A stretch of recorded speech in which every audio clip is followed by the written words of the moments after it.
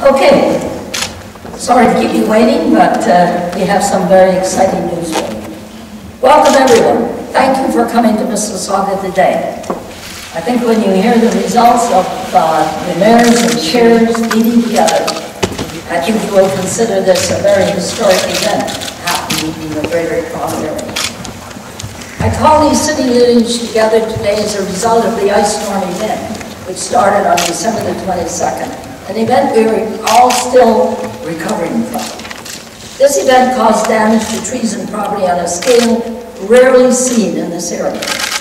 We have consolidated the cost estimated to date, and it is a staggering $250 million that the GTA municipalities are faced with, and that is not all the damage to public property. Last July, we were hit by a severe flood, which affected a smaller area of the GTA, primarily Mississauga, Brampton, and Toronto, which also caused many millions of dollars of damage to private and public property. Despite the scale of damage, no municipality that applied for provincial ODRAP funding as a result of the storms last summer received any financial relief. There is a great fear that the outcome of the ice storm will be the same, and that we will be left on our own to deal with the financial aftermath of the storm. And we all agree that the property tax cannot bear that burden. We gathered together today to discuss how we could adopt a more unified and coordinated approach for getting provincial and federal funding to address this problem. We want the citizens in our communities to know that we are working together on their behalf. Many have been through a great deal of personal property loss. We had a very productive meeting. I'm really excited about it. Provincial Minister of Municipal Affairs and Housing, Linda Jeffrey joined us, and we did a few representatives from our local conservation authorities. I want to acknowledge our hydro utilities. They have partnered with us and offered their support through this process. And I would like to read our meeting resolution, a resolution that was unanimously approved by the GTA mayors and regional chairs in attendance today.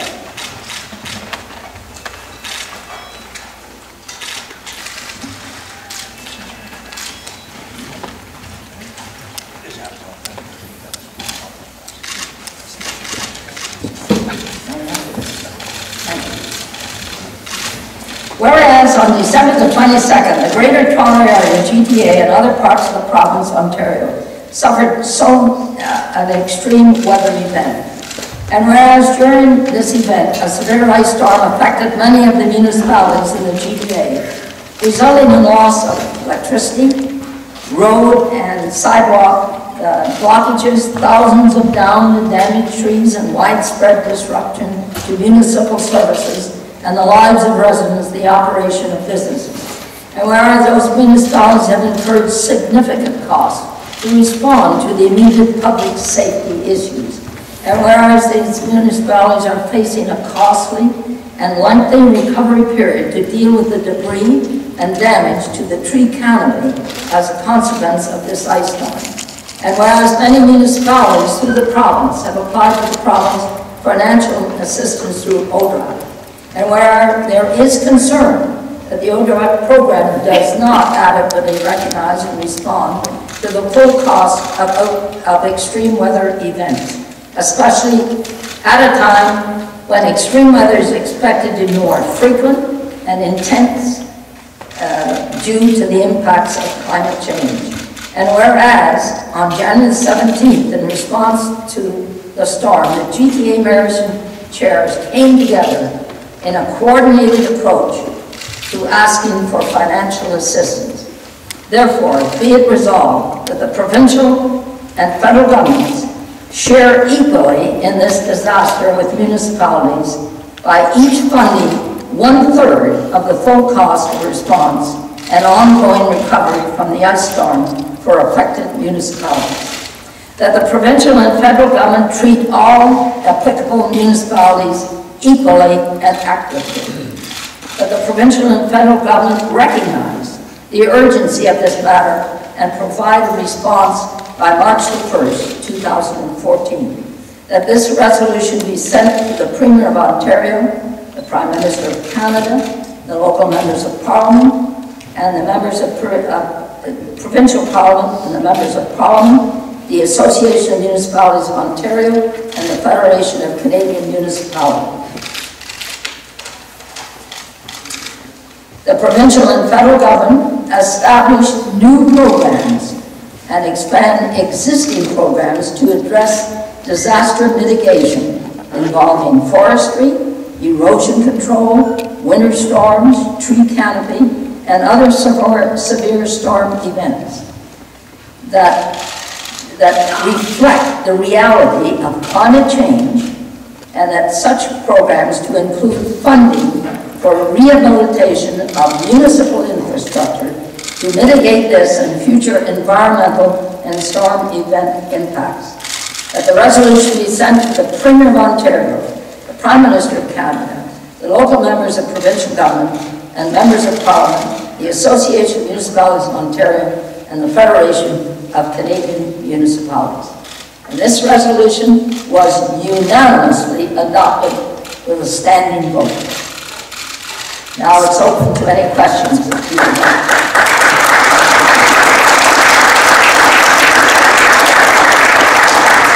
Are you optimistic that both the federal and the provincial government will be helpful on this matter, please? Yes. This is Fairchild TV from Toronto. Are you optimistic that the provincial government will be very supportive on this relief fund? Yes, I believe so. As the minister today clearly indicated to us that they are assembling with the municipalities, providing them with the information that has seriously affected the municipalities. They are assembling all the data. And the minister was there today to hear the discussion that occurred around the table, the concerns of municipalities, etc. So she will carry that message back to the Premier. And I had a call from the Premier this morning that clearly indicated to me that they are anxiously awaiting the results of this meeting today. Mayor McCallion, from City News. Today. Have you got the? I can do it right here. Thank you. Come back. Cynthia Mulligan from City News. Just moments ago, the Minister Jeffries said that it could take months before an answer is given to the mayors on the funding, and you're asking for March 1st. Do you think you'll actually get an answer on funding from both levels of the other governments by March 1st? Well, the approach to the federal government usually is commonly, because of the way we set up government in Canada, that we must go to the provincial government. The provincial government goes to the federal government. So we've set the date of March the 1st because we believe that if we didn't set a date, we would maybe never know when an answer would come forward. So we've set a date because we believe in setting a date as to when we want an answer. Do you think that will speed things along, though? Do you think that will be effective? I think, well, whether it's accepted or not, we hope it will be accepted, but we've given them a guideline. If they come back and say, well, it's April the 1st, or another date, but the point is we set the date that we would like an answer. We want our citizens to know that there is going to be assistance, because we have to deal with budgets, and the municipalities today clearly indicated what the impact would be on the property tax if there was no assistance provided the provincial and federal government. In our case, it would be 7% on the property tax. So other municipalities had different rates. So we want an answer, and we've given them a date. I think they would appreciate a date. May not be able to meet it, but we've given them a guideline. Mr. Jackson Carrasco from Global News. I'm wondering if I can sort of put this question to all the mayors through a show of hands over here. Just by raising your hands, how many of you wish that the Premier had been here today to hear from you directly? I believe strongly, as mayor that served for some 46 years, that you use the protocol that has always been established. But first of all, you go to the minister responsible for that particular issue, whether it's infrastructure, human resources, natural resources, etc. And if then you make that first approach. And then if the answer back is not satisfactory, then you go to the top. That's the way I operate in the municipalities. The councillors look after it, and when they can't solve it, then they go to the mayor. Melissa Raptis, CHCH News. I'm wondering if the mayors outside of Toronto have felt up until this point that they've been given equal consideration. Mayor McCallion, you were talking about equal consideration as far as funding goes, if all the mayors have felt that they've been treated equally by the province up until this point. Well, we didn't want to get down to the exact details dealing with individuals. As you know, we have a rural area in the Greater Toronto area, and we as mayors have always respected that they must be dealt with and based on the situation. If the rural areas have been seriously impacted, which they have been, by the way, with this ice storm, and as to their financial capability, etc., all that must be taken into account. But we don't want an ad hoc approach to the funding of providing the assistance that we need. We need to understand it, and it needs to be clearly defined. Don Pete, Toronto Sun, Mayor Ford, do you still feel the Premier needed to be here? And obviously, do you raise your hand? If so, why? Absolutely. This is affecting over 7 million people. I think this is more important than a by-election right now. You have the ice storm, and yeah, I think she should have been here. I respectfully disagree. I believe we go to the top and work down. As you know, that's what we did with the subway, went with the Prime Minister and take it from there. So my approach might be different than the other mayors, but I'm representing the largest city right here, and that's what I believe. Well, if the Premier was to be here, then I guess we should have invited the Prime Minister.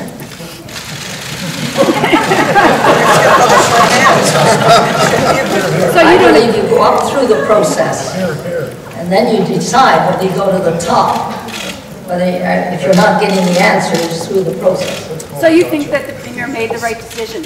Mayor McCallion? Hang on, I'm right here. So Mayor McCallion, you spoke with the Premier this morning. You said you feel she made the right decision by sending Minister Jeffrey here today? By sending the Minister here today. You think that was the right decision by the Premier? Yeah, I invited the Minister to come and she came. I did not invite the Premier to come to this meeting because first of all, before you can approach anybody, I think I had to know, or we had to know what we wanted. And we needed a meeting to determine that. And we determined that after the Minister left. I mean, you got to do your homework if you're going after something. I believe we did our homework today in a very responsible way by determining what we want. And now we will take that to the Premier. The Minister was there today and heard the concerns and how different municipalities were affected. She will take that back to the Premier. Now we have a document, all signed, by the way, by all the mayors that were present. The resolution has been signed by all the mayors. So we're going forward with a unified, coordinated approach, working together to say, we need help, and this is what we need. Mayor Ford, you said that you wanted a straight answer from the province on whether, I guess, Toronto and the other municipalities were getting money and how much. It doesn't seem like we've got that. Are you happy with what you've heard from the province today? No, we didn't get a straight answer. But they said they'd look into it, and it was open-ended, but thanks to all the mayors, we put a hard stop as March 31st is the deadline, and hopefully we can get a straight answer by that time. So are you satisfied with what you heard from the province?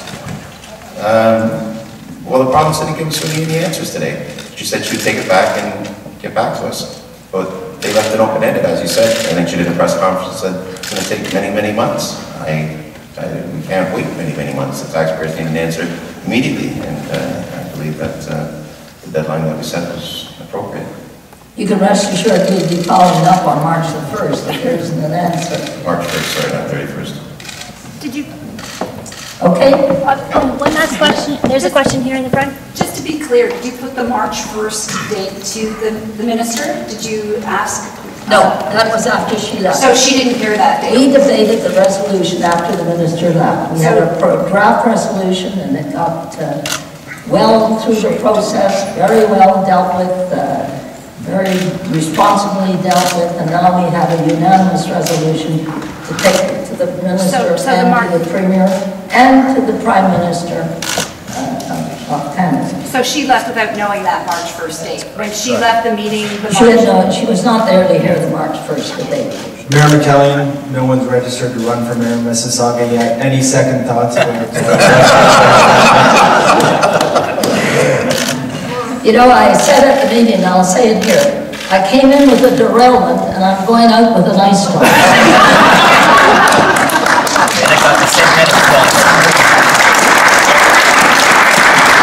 Anyway, that's Mayor McCallion. very much. Thank you to the press. Mayor McCallion, can I just ask you, sorry, about the summer flood request? Did you say that that no funding had been provided by the provincial government on the summer floods? On the summer floods, according to the minister today, she is paying some flooding, but I didn't know here. Okay, that's what I wanted to clarify, because she said there was $18 million, but as far as you understand it, nothing. Yeah. Okay.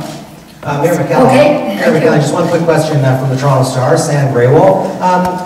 Could you comment on Ottawa, their potential role? I asked the minister about the $2.8 billion that Ottawa gave Alberta after the flooding this past summer. There's a lot of talk about having to be fair to all communities. And could you just comment on Ottawa's role in this? Well, we have the details on it, and none of it, I got to ask my city manager to get the details on it, and we distributed that to the mayors today.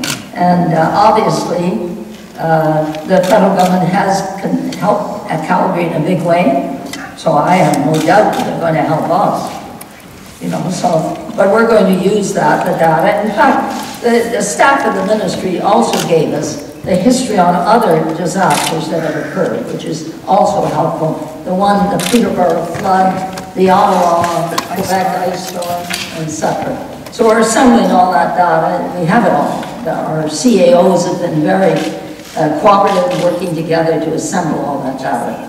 The more we do our homework, the greater chances there are of getting the federal and provincial government on board to assist us. Is that it? Thank you very much. And by the way, the next thing we're going to deal with, if I have my wish, is the gridlock in the GDA, working together to solve it.